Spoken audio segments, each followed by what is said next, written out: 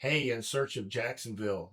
Welcome to another episode. I have a treat for you today. I have Trey Wilson here with Treys Gardens. Trey, thanks for being with us today. Thanks so much for having me, Dan. It's really a pleasure to be with you and have a conversation. Yeah, so Trey is a landscape architect, correct? Landscape designer. Landscape designer, sorry. It's okay. Correct. Yeah. So tell us a little bit about landscape design. First of all, I guess we would say, how did you get into landscape design? Because that's a very interesting story, I think. Yeah.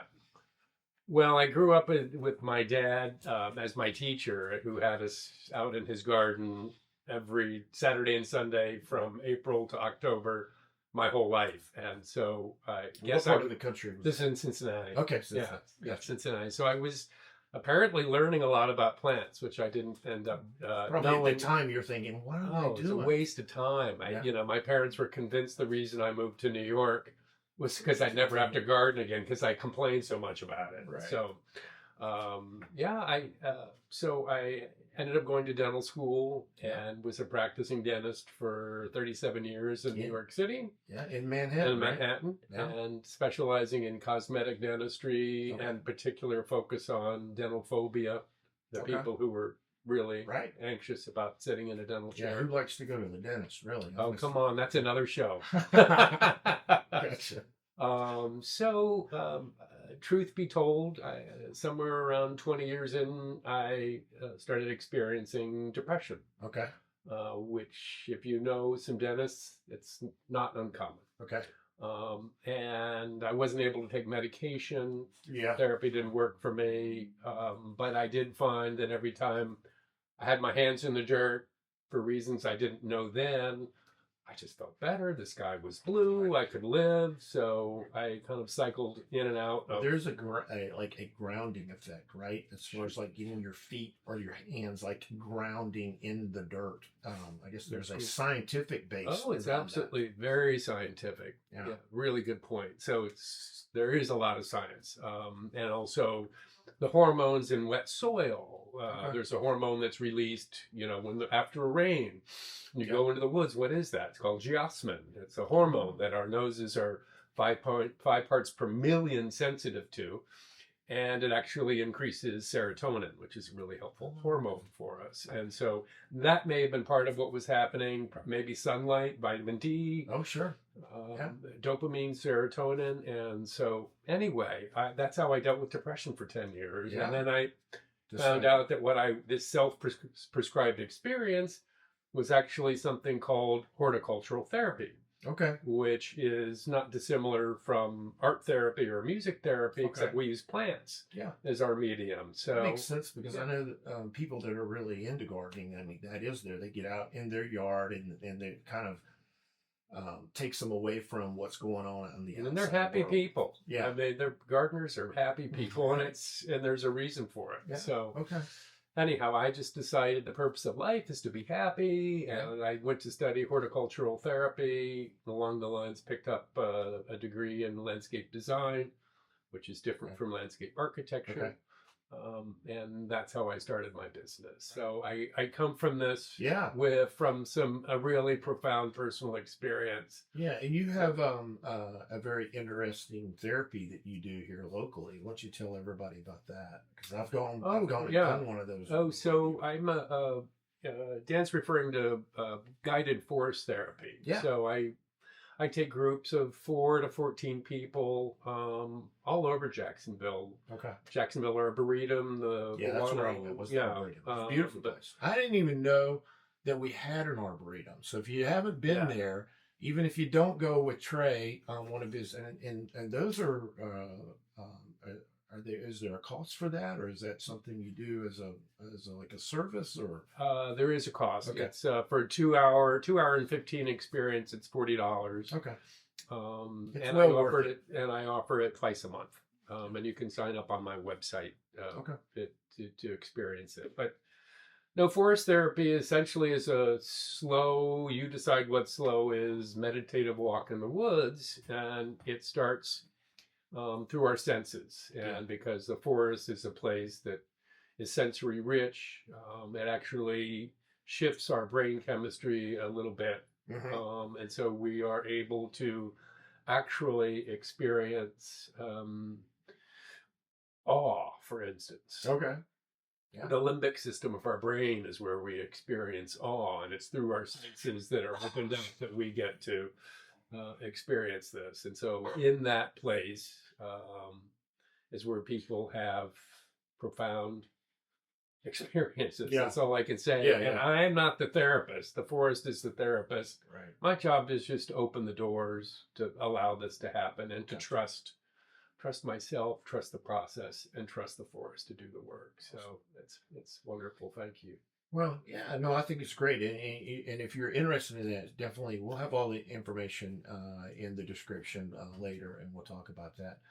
But tell us a little bit about what you actually do on a day-to-day basis to help people in the area. Well, every day is different. My days of, I had someone needle pointed a pillow for me that said, drilling, filling, billing, and thrilling. Okay. Which was my life as a dentist. Yeah. Okay. And it was a lot of the same. Okay. But every day is different for me, happily. I'd probably spend 70% of my time in landscape design. Okay. And that's at the residential, commercial, and institutional basis. So as a horticultural therapist, I would design a garden for a hospital who wanted to, provide a safe place for clinicians or patients or caregivers. Okay. Just a place to get away from the monotony of medicine. Yeah, exactly. So, and landscape design is just kind of working with what the environment provides. Yeah. There's certain things that you can change. You can change a little bit of light. You could certainly change soil chemistry to grow and to have a garden that fits your aspirations and dreams. I would imagine, and a little later we'll go down to my garden, which is nothing to, jump around about, but it'll at least give you an idea of maybe what you could do. But living this close to the beach, we basically have sand. There's not a lot of dirt in there. So as far as you were talking about soil, changing the soil composition, would probably be, something you could really help somebody with, as far as coming in and maybe doing. Yeah, if you're right on the coast, right on the ocean, you're either bringing in a lot of fill dirt and changing the soil chemistry, or you're growing things in containers. Yeah. Right. Which is a great way to grow things, and especially if you have them on wheels. And kind of like today is a very cold day for Jacksonville standards. Yeah. And so we're in a little bit of, climate purgatory here in North Florida, where it's subtropical a lot of the time, really hot and humid in the summertime. And then we got these really kind of cold spells. And so, our capacity to really design well it's not limited, but you have to be really thoughtful about what you're planning, unless you want to roll over, go to the nursery every year. But I'm sure that's something you can help your customers with is hey, let's get the right soil in here, or if we don't have the right soil, let's find plants that can either grow with what you have, or like you said, let's design a container so we can grow stuff in it. Yeah, exactly. So I'm offering also the opportunity just for consultations, because some people, they don't need a full design. Yeah. What they really want is a consultation. Like, here's what I want to grow. Here's the conditions I have, and what plants might you recommend that I have and or that I could enjoy, and then recommendations to maybe change the environment in a way if you were really set on a particular bandwidth of plants. Now, when it comes to, like, let's say picking out plants, for a garden, depending on what kind, like I have more of a vegetable fruit garden. Other people might want flowers, other people might want perennials, other people might want annuals. I don't know. Look at you showing off and showing your botanical knowledge. Yeah, I know. I don't do that anymore. But I would say, like, maybe having someone like yourself to be able to guide them through that, and maybe even go to the nursery and you can show, like, all right, this is what I'm talking about. This is what this plant is, what it looks like. This is another plant that would work, because people just don't know. Yeah, and they just go to. And pictures sometimes, pictures are wonderful. You make a great living and do a great job with images, Right. but sometimes images are not able to tell you the full story. You can't touch them, smell them, feel them. You can't smell them. Yeah, so sometimes, taking somebody to a nursery and actually allowing them to see, smell, taste, feel the plants. And also, I got to imagine too, depending on what the size of that plant might potentially grow to. Exactly. When you go to the nursery, it might only be, this little plant right here, and the next thing you know, a couple years later, it's like 7 feet tall and 4 feet wide, and you're like, I don't even have room for this. And what's the big? That brings up a good question. Okay. You in real estate photography probably know this. Yeah. When you come to a residence, what do you think the biggest mistake that most people make about plants? As a real estate photographer, I'm going to tell you the biggest mistake that you can make for your house is to put something directly in front of your front door that completely covers the front of your house to where you can't see it.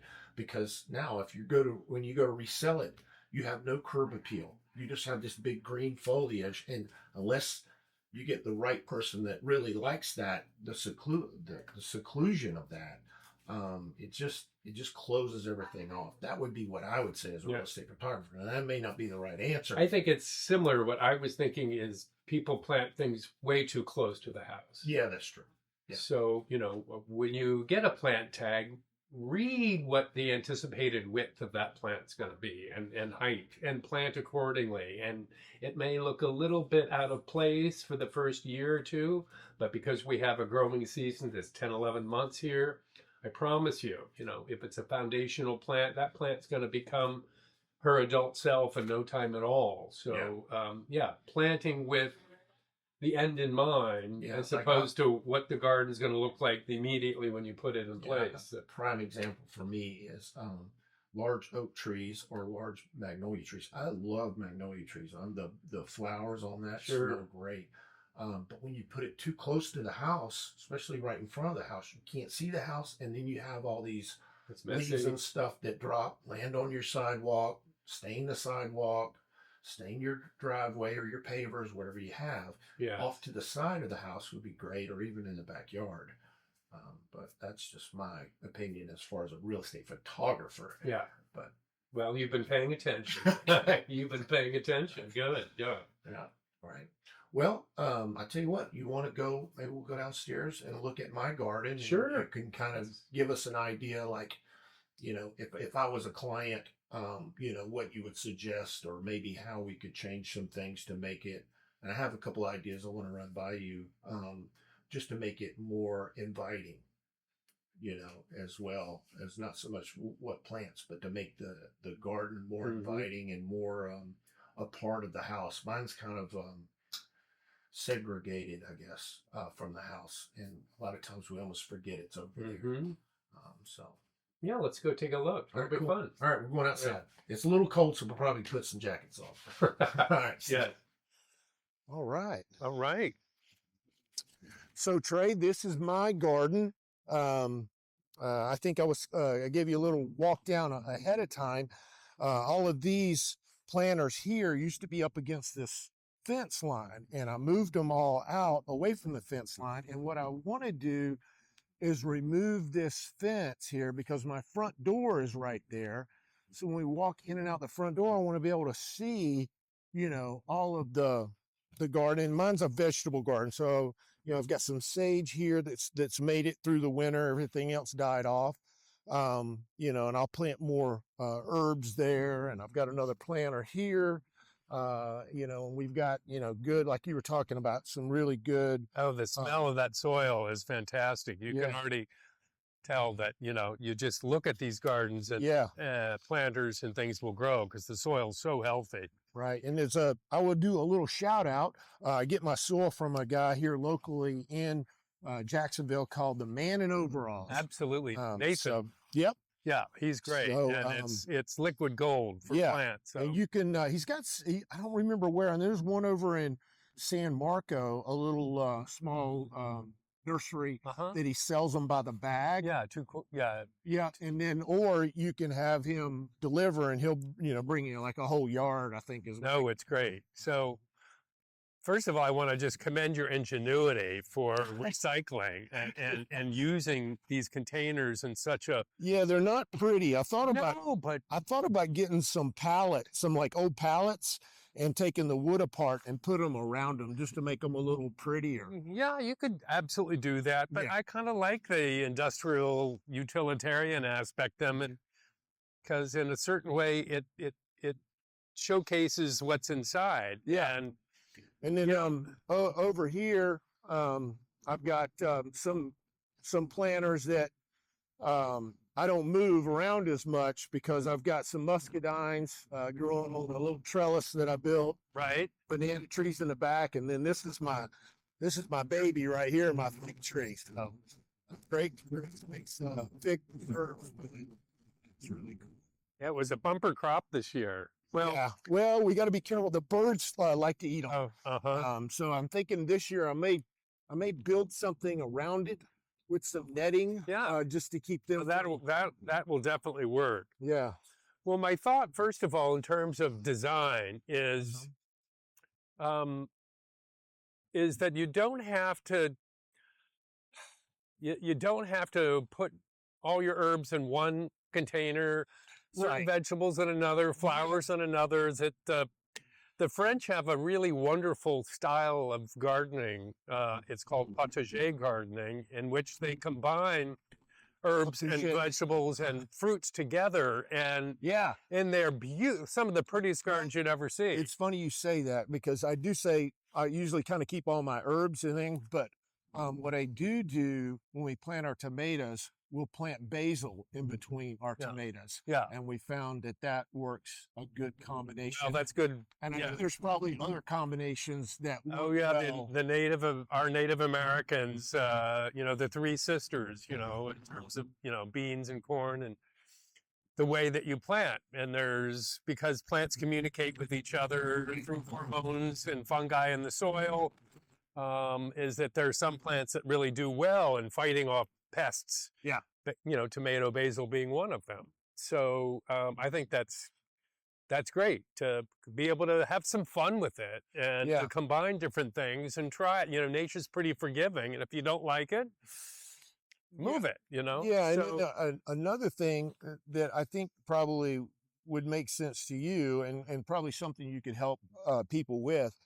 For me, it was kind of by luck. This was the only spot I really had. Right. But it's worked out well, because it doesn't get direct sun the whole day. And here in Florida, it can get really hot in the summertime. Sure. So it's partially shaded until the afternoon. I get the afternoon sun.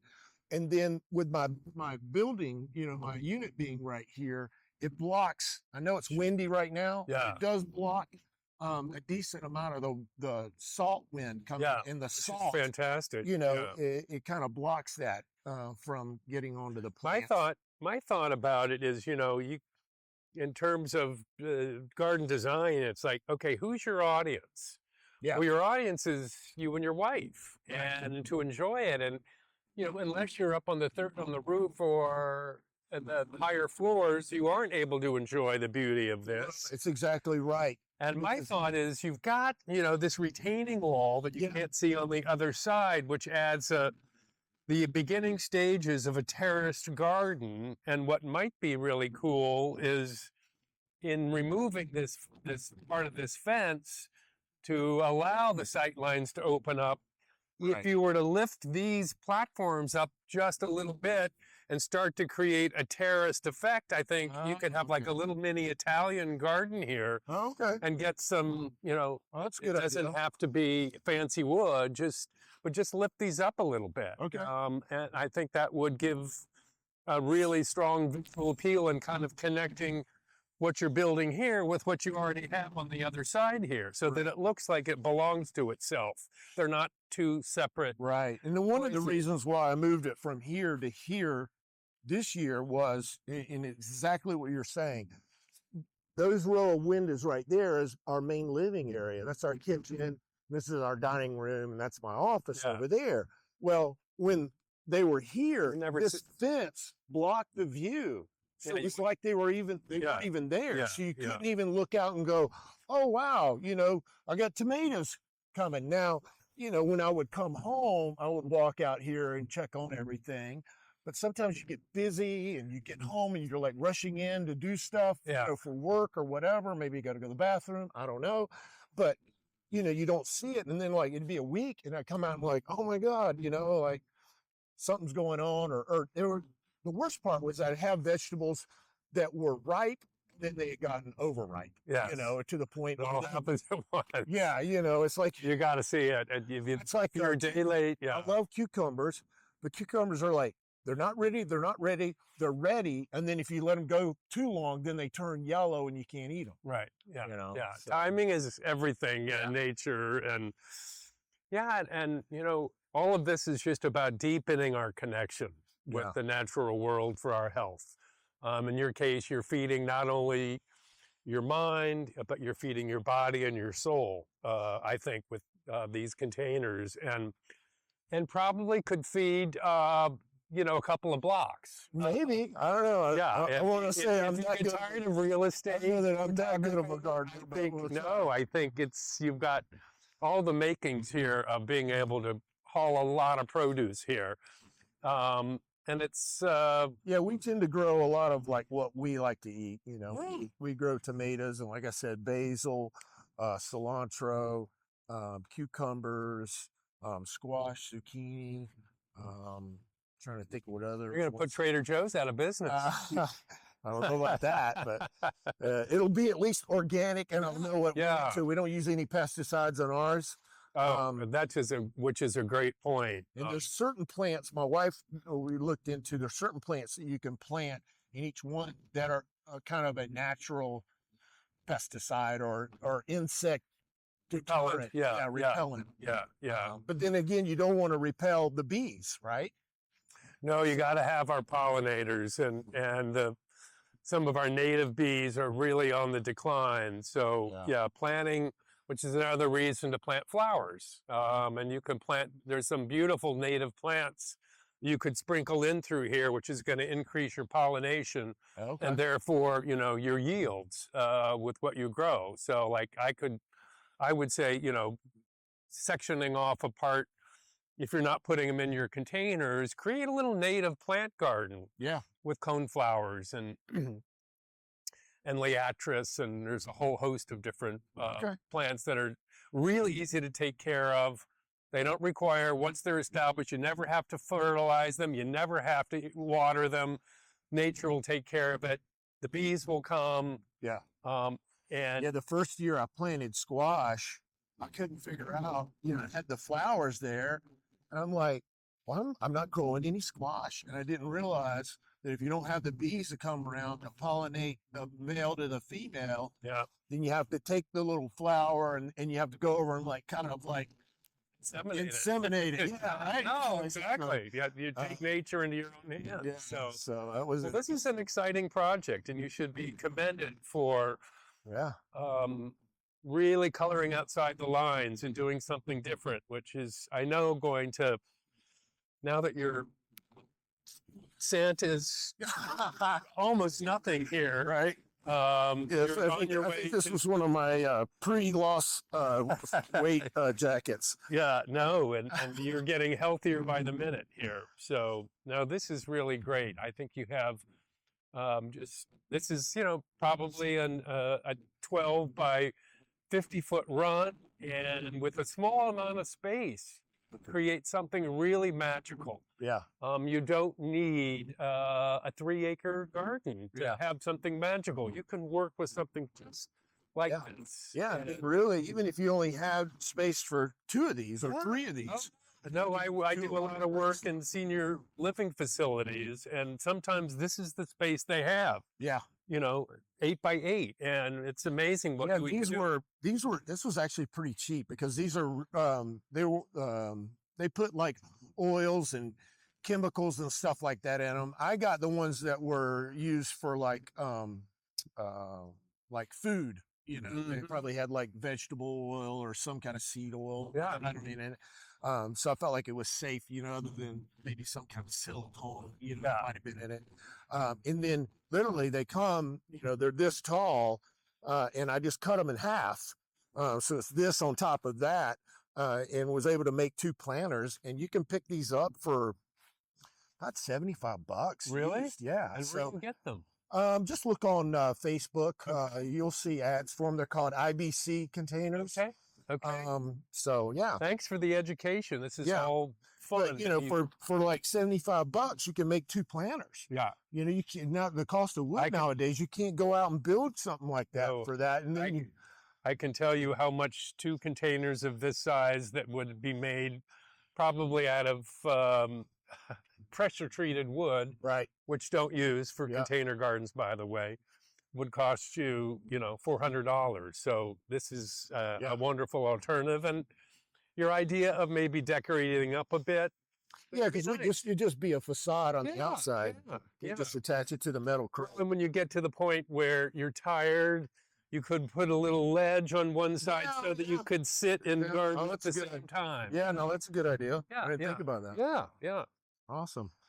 Well, Trey, thanks so much for you being with us today. I enjoyed. Thanks. Tell everybody how they can get a hold of you, and I'll have all of Trey's information, his website, and his contact information in the description. Yeah, you can call me at on my cell phone at 917-740-2885 or on my website, Treys with an S, Gardens with an S, Treys Gardens. And I'd love to hear from you and just have a conversation of how I might be able to help you deepen your connection with nature for the purposes of well-being. Thanks so much, Dan. Yeah, no, absolutely. Such a great time. Thanks. Absolutely. Okay. And I'll say this for everybody out there listening: if you have a garden and you just don't know what to do, or if you're thinking about having a garden, give Trey a call, because, even if it's just for a consultation, maybe not a full design, absolutely, they can at least come out, look at your property, give you an idea of maybe some soil. The doctor makes house calls. There you go.